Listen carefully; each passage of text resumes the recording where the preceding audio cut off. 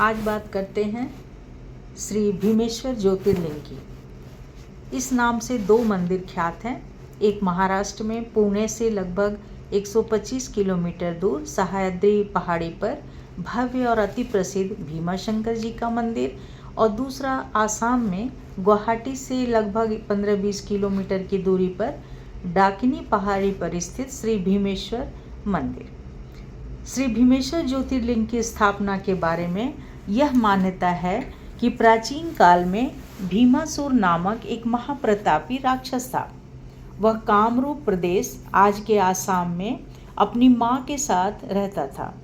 वह महाबली राक्षस राज रावण के छोटे भाई कुंभकर्ण का पुत्र था, लेकिन उसने अपने पिता को कभी देखा न था।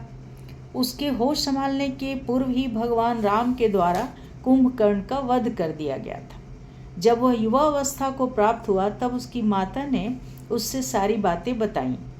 भगवान विष्णु के अवतार श्री रामचंद्र जी द्वारा अपने पिता के वध की बात सुनकर वह महाबली राक्षस अत्यंत संतप्त और क्रुद्ध हो उठा। अब वह निरंतर भगवान श्री हरि के वध का उपाय सोचने लगा। उसने अपने अभीष्ट की प्राप्ति के लिए 1000 वर्ष तक कठिन तपस्या की। उसकी तपस्या से प्रसन्न होकर ब्रह्मा जी ने उसे लोक विजयी होने का वर दे दिया।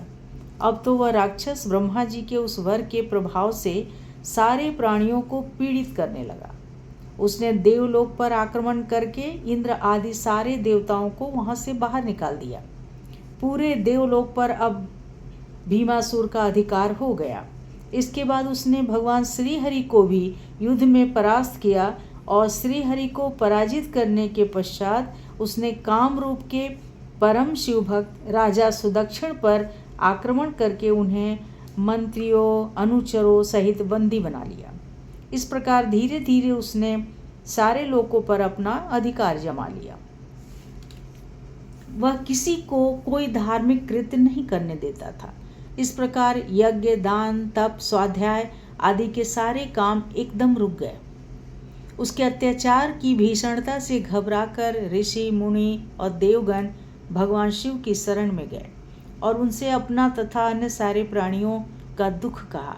उनकी यह प्रार्थना सुनकर भगवान शिव ने कहा, मैं शीघ्र ही उस अत्याचारी राक्षस का संहार करूंगा। उसने मेरे प्रिय भक्त कामरूप नरेश सुदक्षिण को सेवकों सहित बंदी बना लिया है। वह अत्याचारी असुर अब और अधिक जीवित रहने का अधिकारी नहीं रह गया है। भगवान शिव से यह आश्वासन पाकर ऋषि, मुनि और देवगण अपने अपने स्थान को वापस लौट गए। इधर राक्षस भीम के बंदीगृह में पड़े हुए राजा सुदक्षिण ने भगवान शिव का ध्यान किया। वे अपने सामने पार्थिव शिवलिंग रखकर अर्चना कर रहे थे। उन्हें ऐसा करते देख क्रोधोन्मत्त होकर राक्षस भीमासुर ने अपनी तलवार से उस पार्थिव शिवलिंग पर प्रहार किया, किंतु उसकी तलवार का स्पर्श उस लिंग से हो भी नहीं पाया कि उसके भीतर से साक्षात भूत पावन शंकर जी वहां प्रकट हो गए। उन्होंने अपनी हुंकार मात्र से उस राक्षस को वहीं जलाकर भस्म कर दिया।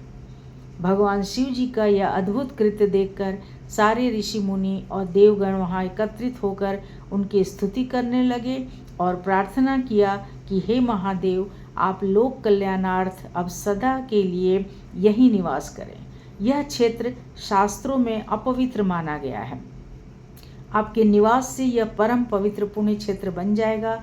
भगवान शिव ने उन सब की यह प्रार्थना स्वीकार कर ली। वहाँ वह ज्योतिर्लिंग के रूप में सदा के लिए निवास करने लगे। उनका यह ज्योतिर्लिंग भीमेश्वर के नाम से विख्यात हुआ। इस ज्योतिर्लिंग की महिमा अमोघ है। इसके दर्शन का फल कभी व्यर्थ नहीं जाता। भक्तों की सभी मनोकामनाएं यहाँ आकर पूर्ण हो जाती है। जय भोलेनाथ।